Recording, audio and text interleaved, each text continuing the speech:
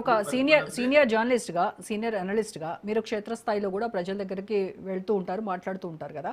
So ఇప్పుడు కాంగ్రెస్ ప్రభుత్వం ఇచ్చినటువంటి ఈ హామీల అమలులో జాప్యం వల్ల ప్రభుత్వ వ్యతిరేకత పెరుగుతోందా క్షేత్రస్థాయిలో? పెరిగితే కనుక అది ఎవరికి అడ్వాంటేజ్ అవుతుంది, బీఆర్ఎస్కా బీజేపీకా? ఇప్పుడు ప్రస్తుతం ఉన్న పరిస్థితుల్లో ప్రభుత్వానికి వ్యతిరేకంగా ఈ సంక్షేమ పథకాలు కావచ్చు, యూరియా విషయం కావచ్చు, ఇవన్నీ కూడా కరెంటు విషయంలో వ్యతిరేకత పెరుగుతున్నటువంటి కనిపిస్తుంది. బాగా వ్యతిరేకత వచ్చింది. ప్రతి ఒక్కరు చర్చ మొదలైంది. ప్రతి ఒక్కరి దగ్గర చర్చ మొదలైనటువంటి అంశం ఉన్నది. అయితే గతంలో ఎవరిచ్చారు? ఇట్లా గతంలో ఇచ్చినవన్నీ గతంలో ఎంజాయ్ చేసారు. గతంలో ఎంజాయ్ చేసిన పబ్లిక్ ఆ ఎంజాయ్మెంట్, ఆ పథకాలు ఆగిపోయేసరికి ఇవాళ షాదీ ముబారక్, కళ్యాణ లక్ష్మి కూడా ఆగిపోయినట్టే. ఇక మళ్ళీ మొదలయ్యే ముచ్చట్లేదు. కోర్టు ఆదేశాలు ఇచ్చింది, ఆ పేరుతోటి 2 ఏళ్ళు ఇవ్వకుండా ఆపేస్తారు. ఆపేసి ఆ 2500 ఏదో ముందర పెడతారు. 2000 ఇది కూడా కాంగ్రెస్ ప్రభుత్వమే చేయించిందంటారా? విజయ్ గోపాల్ కాంగ్రెస్ కి సంబంధించినటువంటి వ్యక్తి కాదు కదా, ఆయన ఒక అడ్వకేట్. అది ఎవరికి తెలుస్తుందండి? అది సరే, అది ఎట్లుంటుంది, అది రాజకీయంగా బీఆర్ఎస్ పార్టీ వాళ్ళు చెప్పుకుంటారు, ఇంకేదైనా మిగతా రాజకీయ పార్టీలు అంటారు. ఇప్పుడు ఇన్ని సంవత్సరాలు ఆపని ఆర్టికల్ 14 దాదాపు కళ్యాణ లక్ష్మి, షాదీ ముబారక్ పెట్టిన కాంచి కనపడని ఆర్టికల్ 14, ఆర్టికల్ 15 సడన్ గా ఎందుకు వచ్చింది ఇప్పుడు? మరి ఇప్పుడు ఆ పేరుతో ఆపేస్తారు ప్రభుత్వం. ఆపేసి ఏం చేస్తుంది? ఇక 2 ఏళ్ళు ఆపేసి ఆ పైసలు కూడా మిగిలించుకుంటారు. లాస్ట్ కి ఎలక్షన్ ముందు కావాల్సిన ఏమైనా పథకాలు ఉంటే ఇంప్లిమెంటేషన్ చేసే వ్యూహమే కనిపిస్తుంది. అందుకని ఈ రకమైనటువంటి ధోరణి సరైనది కాదు. రాజకీయంగా కూడా వాళ్ళకి చాలా ఇబ్బంది ఉంటుంది. రాజకీయంగా కాంగ్రెస్ పార్టీ విపరీతమైనటువంటి ఇబ్బందులు ఎదుర్కోవాల్సి వస్తుంది.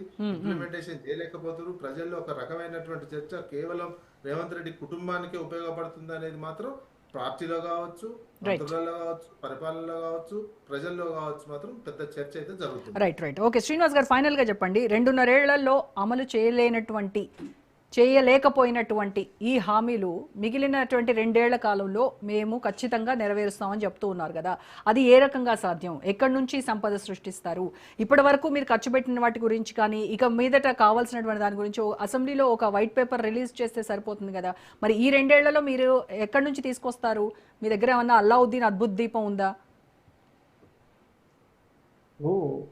గత 2.5 సంవత్సరాలుగా ఇచ్చినటువంటి పెండింగ్ బిల్లులే కావచ్చు, చేసినటువంటి 21,000 కోట్ల రూపాయలు, 22,000 కోట్ల రూపాయలు అప్రాక్సిమేట్గా ఇచ్చిన రుణమాఫీ కావచ్చు, రైతు భరోసా పేరు మీద ఇచ్చినటువంటి 27,000 కోట్ల రూపాయలే కావచ్చు. అంటే ఈ ఎట్ ఏ టైం ఒకసారి బర్డెన్ పడ్డది గవర్నమెంట్ మీద. 2.5 years స్టార్టింగ్లో వాళ్ళు అంతకుముందు నెల జీతాలు 1వ తారీఖు ఇవ్వలేని పరిస్థితిలో ఉన్నటువంటి ప్రభుత్వం దాన్ని క్రమబద్ధీకరించి 1వ తారీఖు జీతాలు ఇవ్వగలుగుతున్నారు.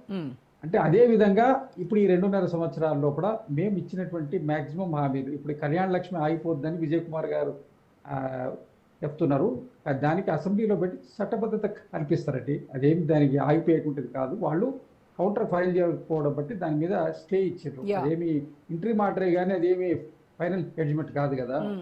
దాని మీద కౌంటర్ వేస్తారు. దానికి కావాల్సిన లీగల్ ప్రాసెస్ ఏది ఉందో చేస్తారు. తర్వాత అసెంబ్లీలో దానికి కావాల్సిన చట్టబద్ధత కల్పిస్తారు. అది ఎక్కడికి ఏ ఒక్క సంక్షేమ కార్యక్రమాన్ని కూడా పూర్తిగా తీసేసేటువంటి ప్రయత్నం చేయదు కాంగ్రెస్ ప్రభుత్వం. ఎందుకంటే సంక్షేమ కార్యక్రమాన్ని ప్రారంభించిందే కాంగ్రెస్ ప్రభుత్వం కాబట్టి ఈ 2.5 సంవత్సరాలు ఏ విధంగా మీరు సంపద సృష్టిస్తున్నట్టు అనేకమైనటువంటి ఇండస్ట్రీస్ కానీ ఇవి ఇక్కడ గ్రౌండింగ్ అవుతుంది.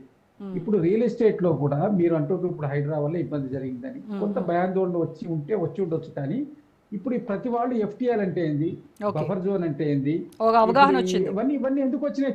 ఒక అవగాహన అయితే వచ్చింది కదా. ఇప్పుడు మంచి చెడు అయిన కార్యక్రమం చేసేటప్పుడు 2 ఇంపాక్ట్ ఉంటాయి. దాంట్లో మంచి కంటే చెడు ముందు ఎక్కువ ప్రయాణం చేస్తుంది. కాబట్టి వాళ్ళ భయ ఆందోళన వచ్చడం వల్ల ఇప్పుడైతే ఎవరు ఎఫ్టీఆర్ ల్యాండ్స్ కొనరు, ఎవరైతే బఫర్ జోన్ లో ఉన్న ల్యాండ్స్ కొనరు. ఇన్వెస్టర్ కి అయితే సేఫ్ అయింది కదా.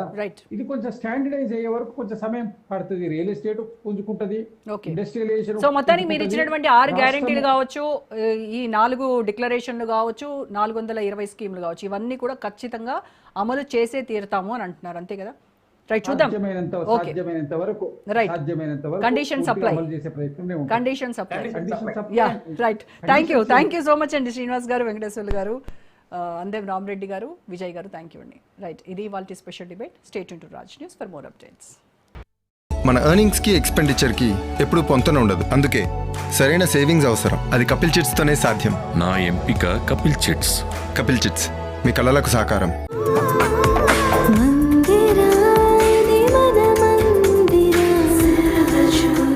Mandira Premium Silver Jewelry by Manipali. దేశాన్ని ప్రభావితం చేసే ఘటనలు, ప్రపంచ దృష్టిని ఆకర్షించే అంశాలు, క్షణక్షణం మారే పరిణామాలు, పొరుగు దేశాల వ్యూహ ప్రతివ్యూహాలు,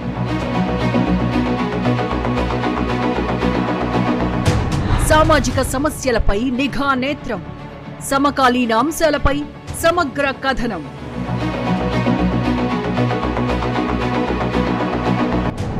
సబ్జెక్ట్ ఏదైనా, ఇష్యూ ఎలాంటిదైనా డీటెయిల్డ్ రిపోర్ట్తో మీ ముందుకు.